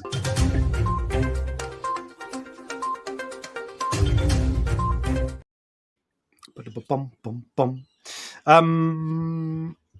was I going to do? Right, news. Yeah, for God's sake. All right, so there's quite a lot in the news because we didn't do news last week, so there's stuff to make up. So there's some stuff in here that was on last week. Let's start with the Love to Reef Aqua stuff. Yes. At the end of my list, but I'm going to push that to the front because people wanted to talk about it. Some people in the chat room. So Aqua H is the next coral show in the UK. It's in September. Yeah, it's freshwater, saltwater, and reptiles and that sort of stuff as well, and pond and all that sort of stuff. But it's a big hall, big event hall. There should be a lot of people there, and it should be really, really, really, really good. However, they have announced that AAC, which is one of the biggest shops in the UK, certainly in the south, have pulled out. So AAC won't be there. They were going to be there, presumably selling corals. They're not anymore. Yeah. And my first reaction, hello, Fred Timothy, do you want to come up here, mate? Okay, good lad. My first reaction when I saw that was the same as a few people in the chat. Was, oh, don't stand. He's treading on the keyboard, for God's sake. It was, I was like, oh no, is this going to be the beginning of the end? And oh, that's a real shame. It's going to be rubbish now. I wonder if it's going to be cancelled again. And then I went and I looked into it. And I was like, well, let's have a look and see who's actually going. Yeah. Because I couldn't remember. And so I haven't got a full list. But I've got this list, and there's still actually quite a lot going there. In Novitech, which is random. But Shezart, who's the one that was at Love to Reef with the cool art, I want to see that. I can see myself buying something from that. Cade Aquariums, Red Sea are going. Tropic TMC, which means Tropic Marin will be there, and various other TMC brands. Yeah. Tees Reef, so there'll be corals there. Reef Creations, I think that must be a coral shop as well. Exodus, which means Ecotech will be there, which means Neptune will be there. Aqua Print, really good 3D printing company. Second best 3D printing company in the hobby, behind reefdork.etsy.com. Third best behind Reef in his like 3 products. Polyp Pros do those really cool tanks. I did have one on here. They look wicked. Like, oh, it's gone anyway. But there are loads actually. Ecotech, Nias, all that sort of stuff. Custom aquascapes. So after my initial reaction was, oh, AAC gone. That's a real shame. Oh, God, I wonder if this is fourth, the beginning of the end of it. But actually, I still think it's going to be really good. I still think it's going to go ahead, and I don't think that's a blow, but I don't think it's going to be a problem. And I think they're going to. I've heard that they've got a potential announcement coming of a new vendor. Oh yeah, who's that? I can't say. I'm not at liberty to say. You're not at liberty. You've heard. It's exciting, yeah. And this is I've heard from the horse's mouth, guys. So, are you talking about me? Oh, am I talking about you? Oh. I spoke to the person who's running Aqua H on Friday. Yeah, it must have been Friday. I would say, and even he doesn't know this yet because I haven't spoken. So if he's listening, this will be the first he's heard of it. There is a 95% chance I will go and I will be a vendor. Because Prestige Reef is going to Aqua H. No. It's like I've now just fine. I might as well just look 95%. 95%. Will like as I said, I don't know. I need to. This is what happens after half a glass of wine. I start committing to like to go to shows. When I went to Love to Reef, I thought that looks like it would be fun to go and do, like to sell corals and stuff like that. So, like, I got to do this once. I go to the Macna and I go to Reef Blues and all these people. I always go, oh, that looks like it'll be fun to do, and I just think maybe it'll be fun to do. Plus, cool. Reefbot's going to be on the stand with me, aren't you? No, I'm not helping. Well, I've got that IOU you gave me, from moving the tank, and you said I will help you with anything in that IOU. No, the thing is, I would love to, but I'm going to be busy filming. So... Oh, shame. Yeah. Shame. Otherwise, and I'll come over and everyone is saying, look, God's sake. Prestige Reef is at Aqua. Let's go. Woo! Exclusive. As I said, I think there's a high possibility that I would do it because I just think you got to do these things. It might what's the very worst possible thing that happens is I take all the coral down there. Yeah, this is a very tiny possibility, and then something goes wrong the night before, and I've got no corals. So I look like an idiot.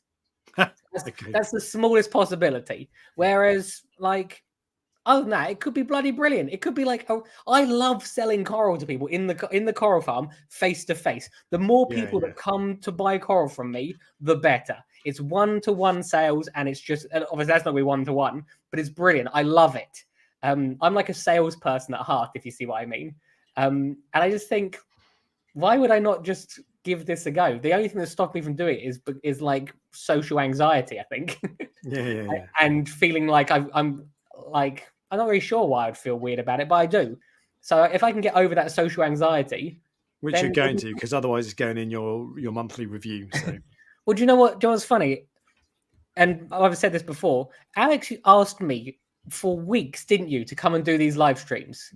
And that same social anxiety stopped me, like for months, probably for like 6 months. I said no, didn't I? Yeah, over and over again, I said no. And then when I did it, it was like, and it was brilliant. And now, if I don't do them, I miss them. So, yeah. Like this could be the first of like multiple like coral shows, if you see what I mean. Yeah. Everyone bring Ryan GSP. Yeah. But when I was at the Love to Reef, I thought to myself, there's a lot of high-end acros here, but there's not a lot of like Sophastrias. There's not a lot of lithophyllums. There's not a lot of like bounce mushrooms or whatever, things that people haven't, things that get people excited. Yeah. And I think that's what I want to try and do. And we'll see. So there we go. Exclusive. Prestige Reef is no, not exclusive. 95% exclusive. As I said, I need to get over that last 5%. So there we go. So we've got more coral vendors and the UK's #1 coral selling website as well. So great news. So that's another reason. How did I just agree to do this? I was even trying to be nice to you, and I was even trying. Just message me. It's probably.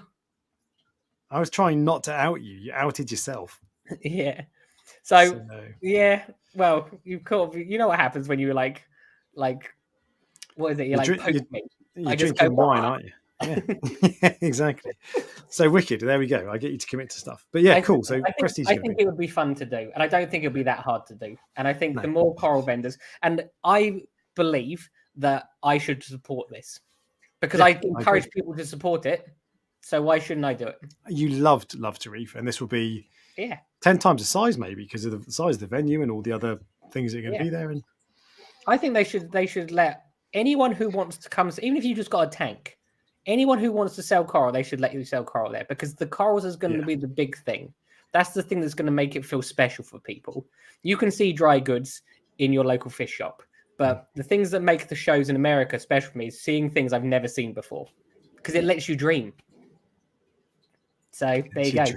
It does. It lets you dream. And we're going to go for a beer afterwards. And anybody who wants to, not me, I'll be bloody knackered. It doesn't matter. You have a beer and you'll be up again. So the most important thing, I do not want to take any corals home with me. That's the most important thing to me. I want to be wait till the end of the day and offer him a $5 for his best gonny or whatever. Well, the best guys will be gone at the beginning. Yeah, the best things will be gone at the beginning. That's just how it is. But I tell you what, find something that he's selling on his website for 30 quid, buy it for a $5 and then sell it back to him the next day. Good idea. Good idea. Like you could 20 of them.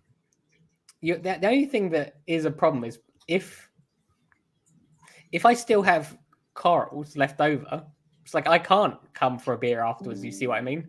I can't. Yeah, I just realised my laptop's not plugged in. Oh, where am I going to take where are the corals going to go? That's the problem. Like, why is that a problem? It's the logistical thing. No, it's not a problem. Well, I'm sure we'll be able to. There are no problems, only opportunities. Yeah, we'll see. We'll see anyway. I need to move the mouse to show you the next piece of news. But there's a cat asleep on my hand right now, so I'm going to have to disappoint him. Sorry, Fred Timmis. Oh, mate, I'm sorry. There you go. Good lad. Right, fine. So there you go. There's that cat. I know. I'm a big softie when it comes to Fred. So there we go. Bad news, but good news also. Next thing on the news. Oh, well, let's do it in reverse order as well. Love to Reef. We've already talked about that quite a lot. But they raised $4,000 for charity. I know. £4,000. And £4,000. That's mental. Absolutely crazy, that is. I'm just so impressed with that. So well done. Thoroughly well done. And well done for anybody who bought tickets because you donated. Keep going with the news. My laptop is not plugged in. I need to go get the charger.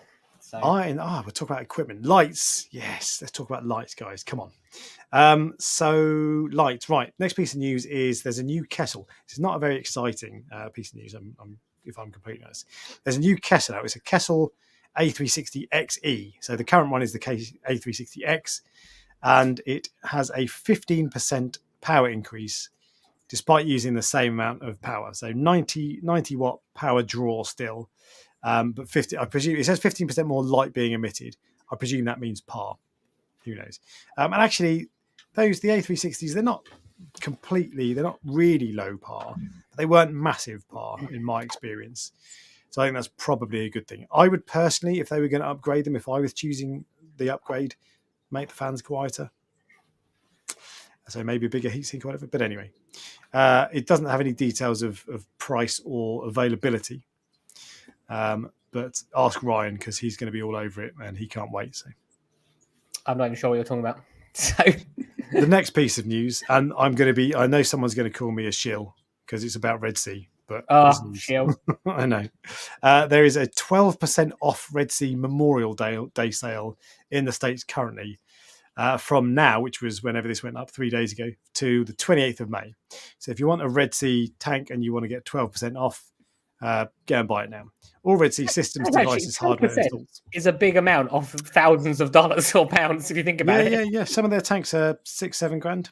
Yeah, so not bad. And that's on everything from the looks of it. Tanks, salt equipment. Salt, to be fair, 12% off salt. Buy a pallet. Yeah. Wow, if you've got space. Need someone to store it. Yeah, that's the trouble. I've thought about that. So if I've always thought, like, if a company phoned me up and said, "Can we send you a pallet of salt?" would I take it? And if it was a good, like if it was DD, Red Sea, Tropic Marine, whatever, I'd probably say yes. You have the weirdest random thoughts. I know. Whatever have I or probably anyone else in this stream sat there going, I wonder if someone sent me a pallet of salt if I'd accepted. But it's never going to happen as well. But the issue is storing, because if someone sent you a pallet, where are you going to put 30 buckets of salt? Anyway, in your garden. The next. Yes, actually, Reef Keeper. That's a good point. I saw that the other day and I forgot to make a note of it. So Neptune Sky. So I'm not briefed on this because I just saw it very briefly. I think I saw it on Telegram's Instagram, but they've discontinued on the BRS page. And trouble is, didn't look into this, so this could be wrong. There are no facts here, but the BRS website said that the Neptune Sky had been discontinued, or seemed to suggest that, which I was quite surprised at.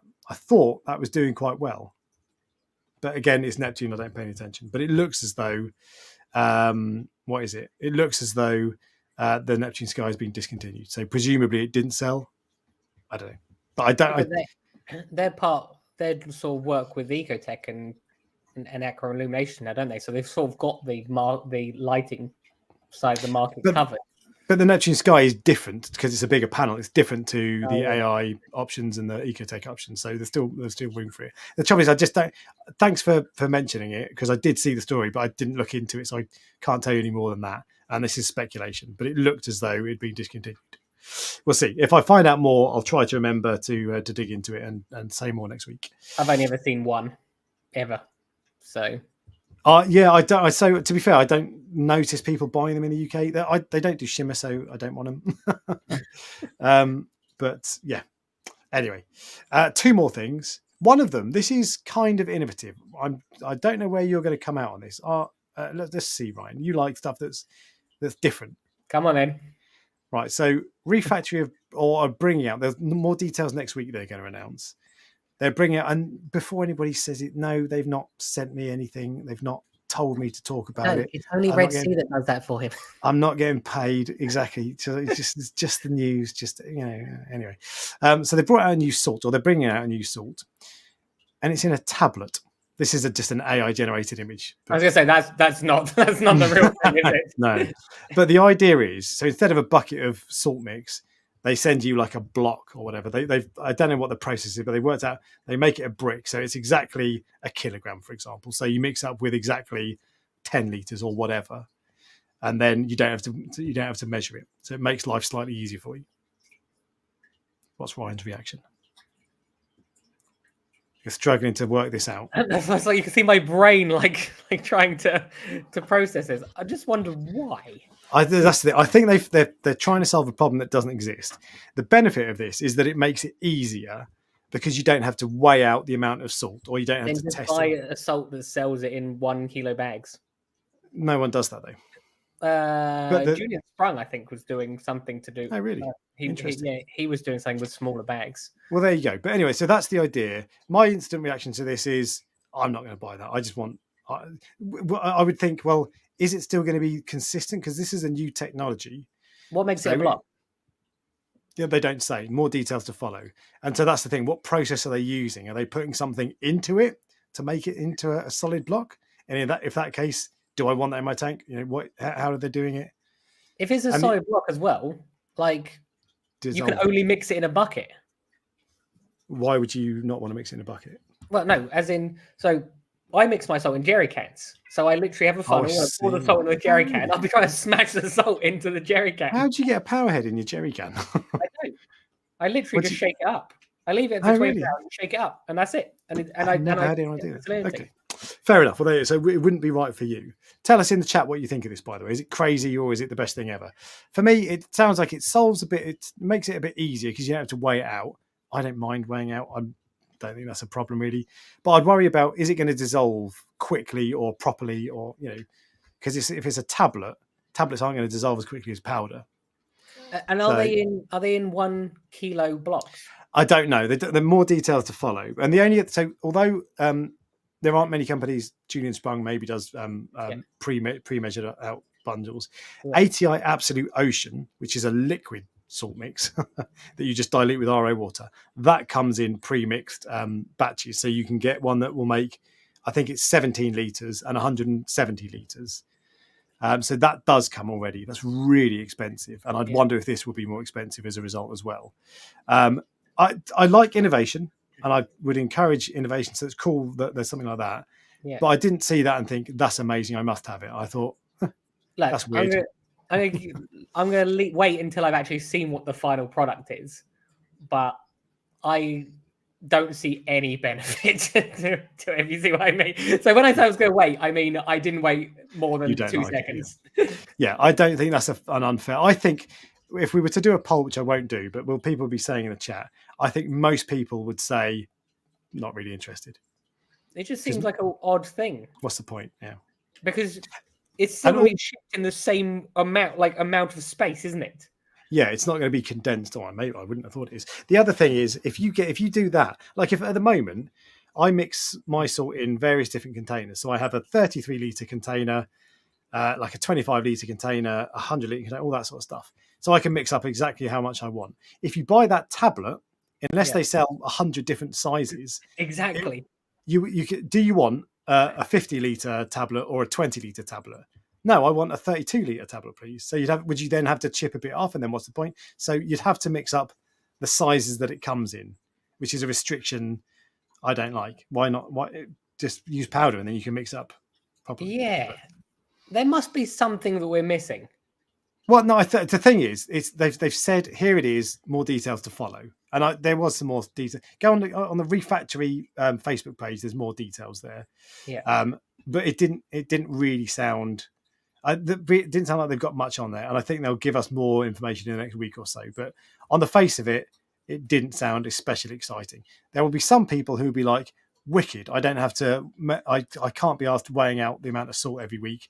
Because what you normally, like if you mix up the same amount of salt water every week, you know that your vat needs 1.2 kilos of salt or 300 grams or whatever. And that, I know how much, I always test it just in case, but I know how much. So it's not really a hassle. But there will be some people who are like, oh, yeah, I'm mad for that. It saves me using the scales. But, maybe they won't. But why does it have to be a block? As I said, just measure it out in bags.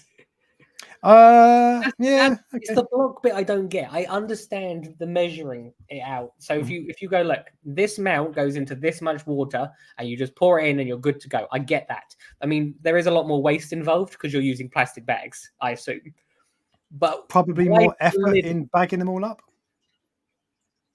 No. Why? How is it ever going to be more effort than just pouring it in? No. Because if you produce one 25 kilogram bucket of salt, yes, that is quicker than producing 25 1 kilograms buckets. Yes, but what I'm saying is pouring a kilo of salt into a bag is not going to be. It's going to be quicker than compressing or whatever they're doing a kilo of salt into a block. There's no benefits I can see. It's not as sexy. I'm sure a tablet will dissolve more slowly as well, and that can't be a good thing. I don't know. Anyway, look, more details to follow. It's all speculation. I'll add Refactory to the list. We don't even know what it is yet. We'll add them to the list. But it doesn't look especially exciting. Julian Sprung's product, by the way, is 4 bags mixing 50 gallons. Wow. Each 50 gallons. That's too big. I really like the idea of when I get a bucket of salt, separating it into measured bags so I don't have to measure it every time. Do you do that? No, what really? You do that? I was doing that. I don't do it so much anymore, but I was doing it because I now worked out. I did it for years and years and years. So when you buy a bucket of salt, you separate into 10 bags of 2.5 kilos each or whatever? No, I separate into 10 bags of 25 kilos each. Oh, right. Yeah. Each, sorry, yeah. So, I'll make a kilo per bag because that's what makes 25 litres of water generally. Interesting. And I just use those Waitrose carrier bags or Tesco's. You're going to say, oh, Waitrose. Posh bastard. Waitrose is just a local shop to me, so that's why I said it. But it's, you use the large bags. It fits a kilo in, and then you just get all the air out the bag, seal it up, and then you put it back into the salt bucket. You take them out one at a time. I would like to do that. I just can't be bothered. It's like it's actually it takes you about probably an hour to do, I reckon. But it's once you've done it, you're like, this is the best thing ever. Yeah. I bet. I just couldn't be asked with it in the first place. When I go away, if I go away for a long period of time, I do that as well because then I just go, look, just use 3 of these or whatever, and it just makes it easy. There's some comments on this. Firstly, too tempting to eat. So Lissy would be worried. No.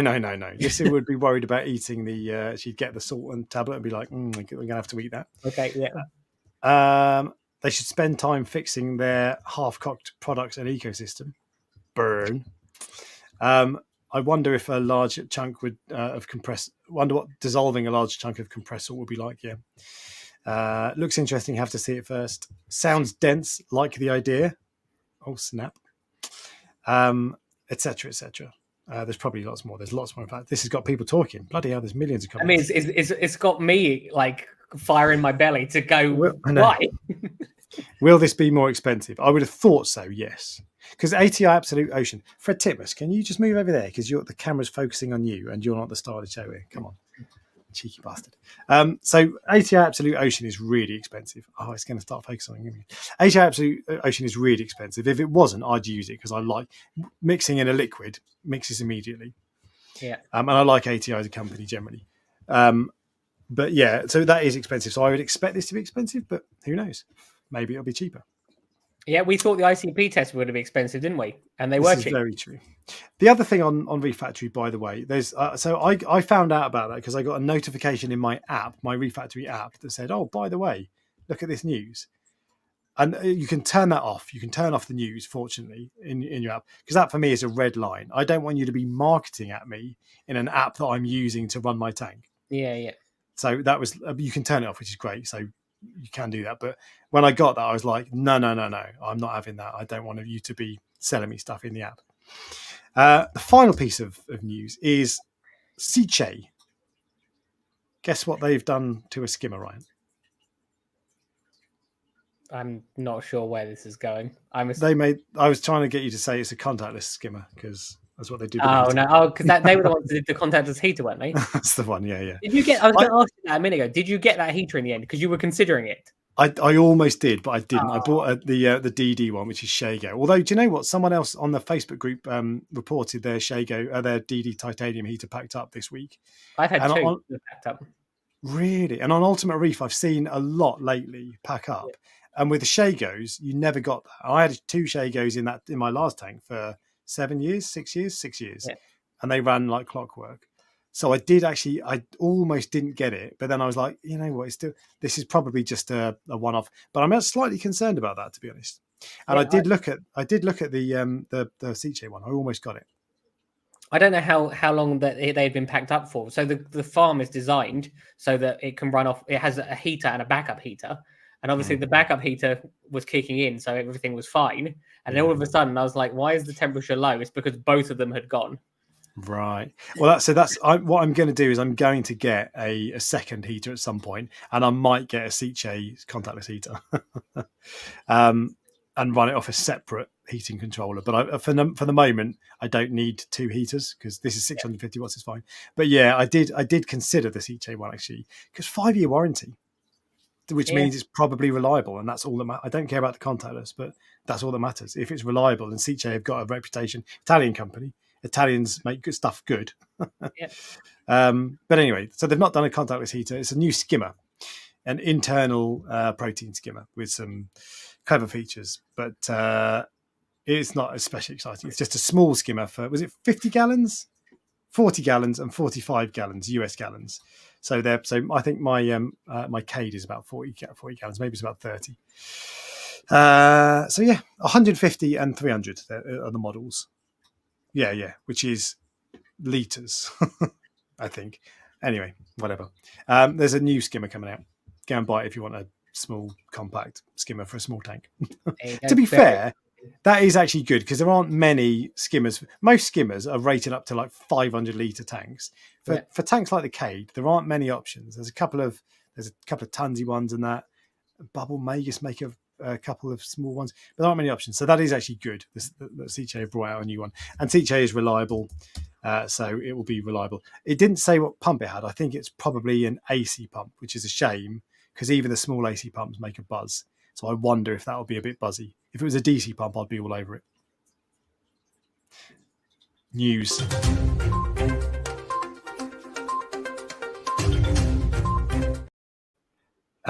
Can you not get BRS titanium heaters? So they're the same. So Shego, which is the company, but I think they're a German company, Shego, whatever. They make all of the titanium heaters, is my understanding, in the UK and the US. So the BRS titanium ones are Shego, I think. And the D ones, I believe, used to be called Shego. They're just rebranded. So there might be some Prestige Reef titanium heaters soon. Now, I just send them an email saying, can I have my own branded ones? Yeah. Reef Dork contactless heaters. Yeah, I like it. Yeah, I've already done the publicity work. They're very you, I would say. The contactless heaters. Shut up. They're very you. I know. I can see that's an insult. But they're good. I looked at the heaters I looked at, by the way, whilst on the subject, was the Shego ones, the DD Shego ones. And the good thing about them is they're small. The titanium ones, they're not big. And the other two were the Eheim Jaeger, they're called, and the Seache ones. They're just for the size of tank I'd need, they're about 10 feet long. And I was like, but I might still get a Seache. Anyway, so Ryan, anything else you would like to enlighten us about? No. No, I think I would say I'm done with regards to 2 multiplied by 10 plus 1 prestige done. Yeah, as I said, if this is the closing thing, as I said last week, there's a discount code out until Monday. What's the discount code? It's discount 20 in capital letters. Capital letters. It actually says it when you go on the website as well. Okay. And as I said before, just think it gives you that little boost of dopamine as well, because when you order those corals, you know that you're making me happy. Gives you the boost of dopamine. Well, it gives me the boost of dopamine, but also them, because they also know that they'll be sitting there, watching TV tonight, and they'll be like, "I just made Ryan happy." So that's like a good feeling, isn't it? So you're like, one last thing. That poll I ran earlier about the ICP. Do you care? Do you not care? 75% of people think it's either a good thing or they're indifferent to it. 25% of people think it's a bad thing. 58 votes. So most people think it's good. Thank you all for watching, guys. Thank you for joining Prestige Reef. Bye. Bye.